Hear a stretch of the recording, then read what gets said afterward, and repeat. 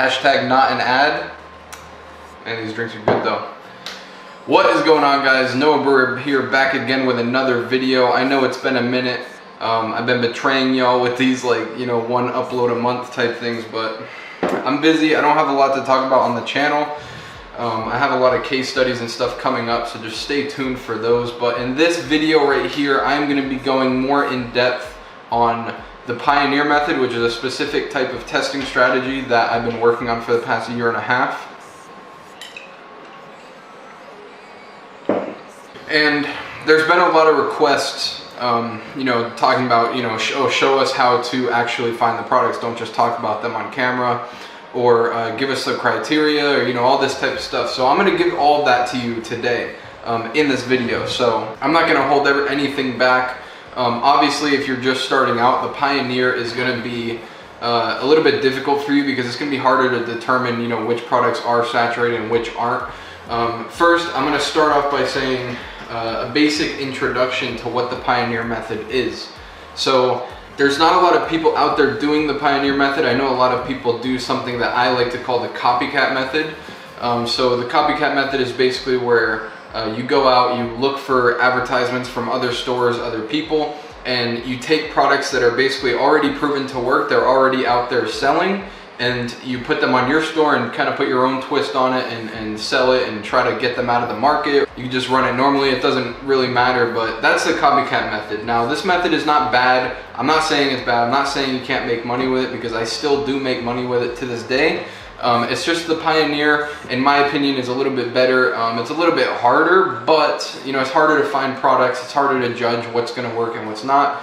But at the end of the day, you're going to make more money with it because there's almost no competition once you find a winner using the Pioneer method. So now that you understand what the copycat method is, I want to talk about what the Pioneer method is. The Pioneer method is exactly what it sounds like. You're basically finding products that are not exactly done before.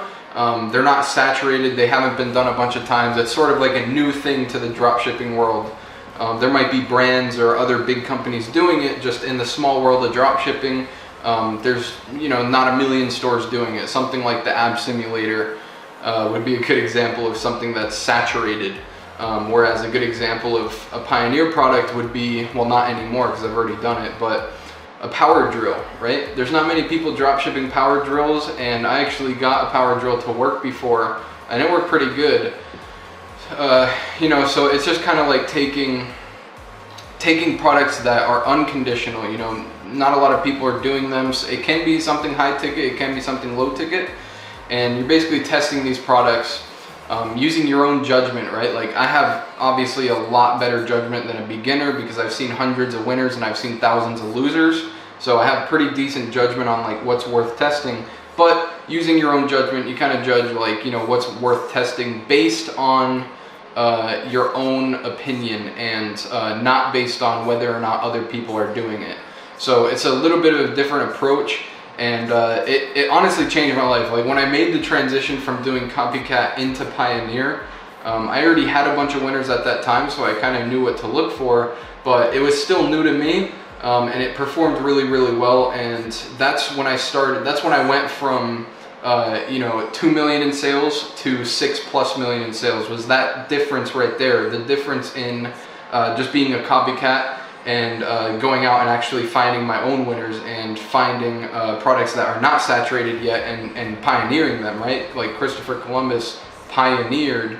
It's kind of what they call people like that, because they discovered things, like they're the first to the show. Now that that's out of the way, I want to jump into my computer and give a little bit more of an in-depth understanding of what the Pioneer method is, what my criteria is, all this stuff. So basically, let me see, so I'll write down notes with you guys.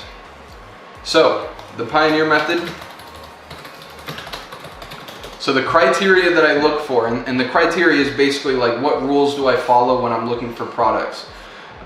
Which basically all that I do, by the way, is just go to aliexpress.com. It's glitching out right now. It's going to some weird sale page. But I come here and then I go to categories, and like, let's say I want to go in home improvement. So I'll go in home improvement, and literally all that I do is just scroll through here and just look for cool products. That's literally it. Like here's something right here. It's like wheels that you put on the bottom of a chair. It's not what I thought it was. What I thought it was wheels that you can put under furniture so that it can be pushed around, like a cabinet or something, for example. So just by hopping into AliExpress for 5 seconds, I already have an idea of a potential winning product, right?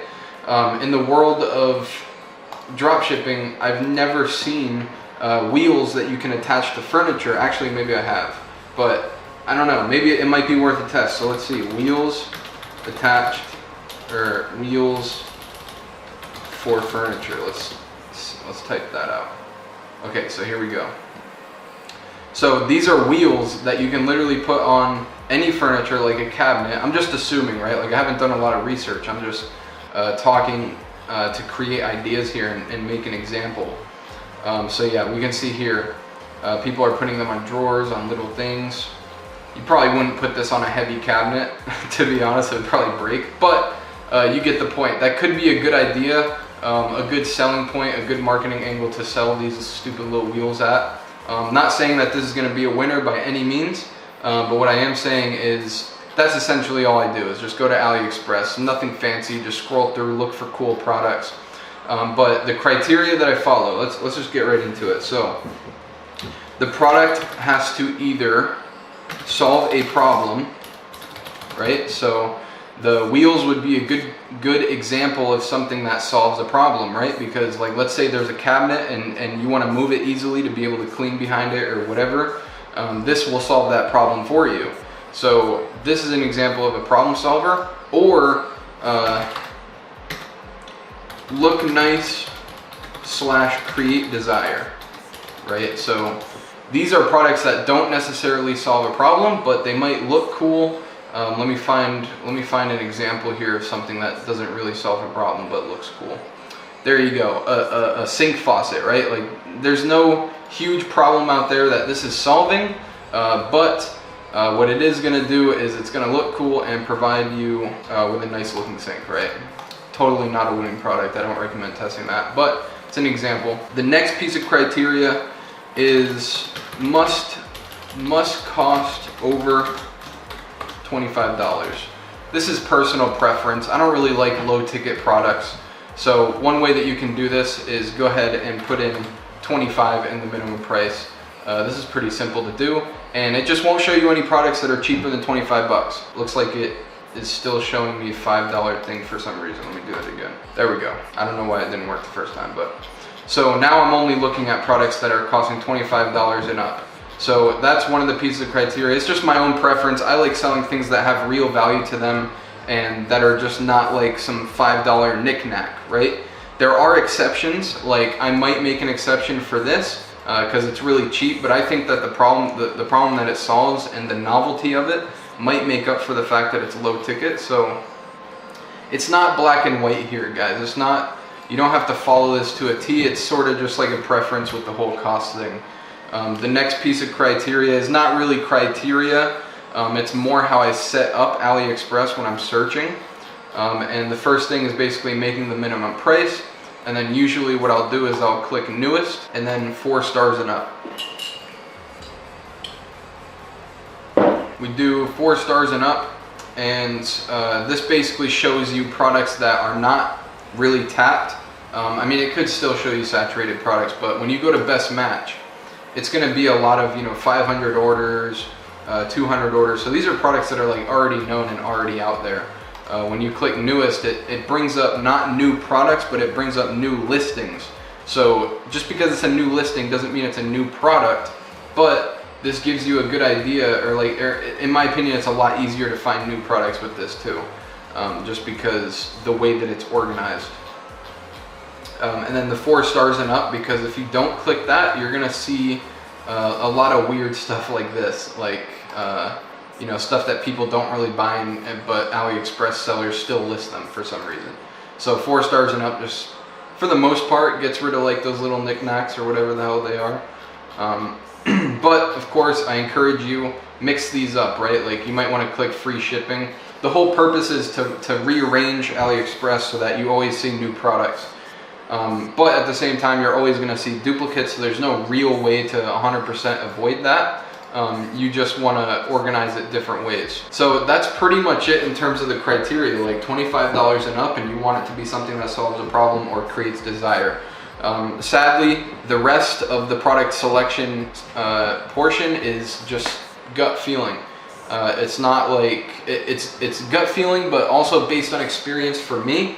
Obviously, like I said, it's gonna be harder for a beginner to judge whether or not something is worth doing just because you don't have as much experience. But for me, I just look at a product and base it.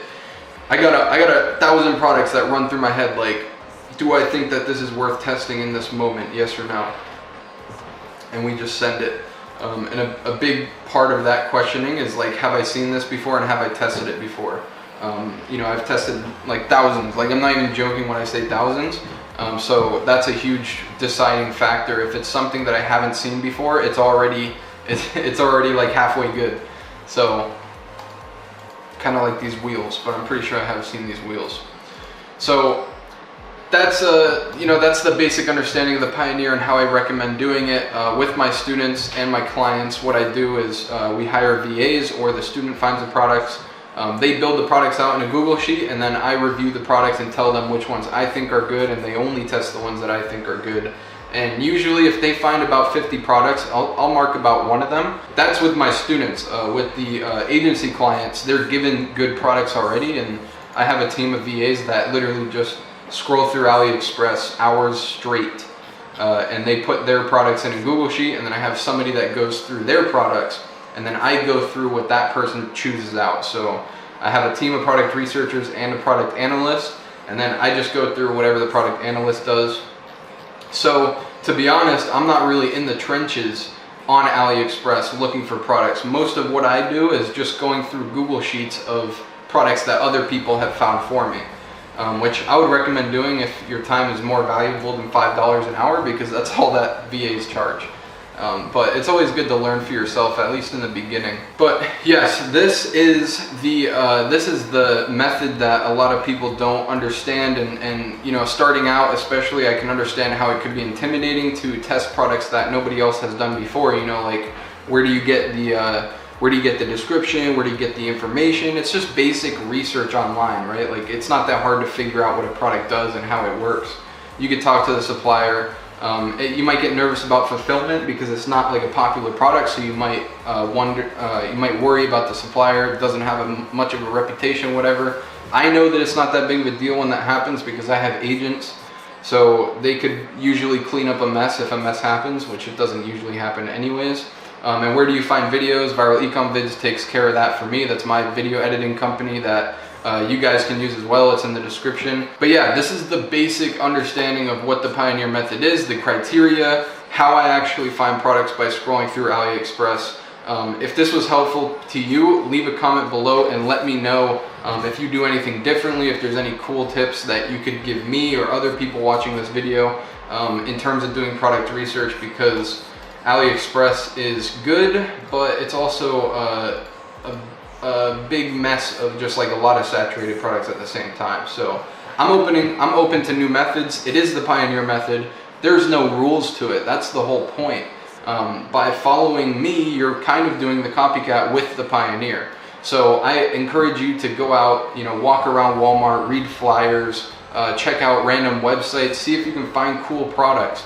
Honestly, some of the best products that I have found are by just scrolling through YouTube and looking for trending videos that have like some sort of product related to it. Like Crazy Russian Hacker is like a good example.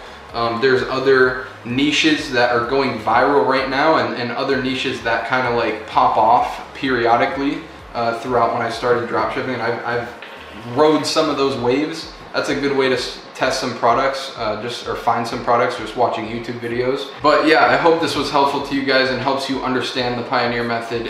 You know, this is really the only way that you can consistently get 4 to 7 ROAS on products that you test, and actually maintain that through scaling.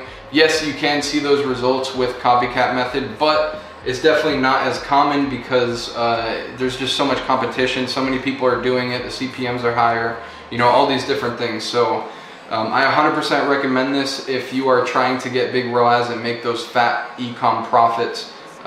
Just because that was cringy as hell to say, but it's kind of true, right? Like literally 80% of the money that I've made in this space is only with the Pioneer method. The copycat method is sort of like, it's a halfway good way to make money, because you can be profitable with it, but it's usually not like big profits. Like, I'll be honest, every single store that I've grown over $200,000 in sales has been Pioneer. So actually, maybe excluding a couple, but for the most part, out of the 50 plus stores that I've taken to 6 figures, for the most part, all of them were Pioneer. So I wanted to share this video because I know a lot of you have been asking for it. If you liked it, leave a subscribe and a like. And this is Noah Burrett, and I'm out. Peace.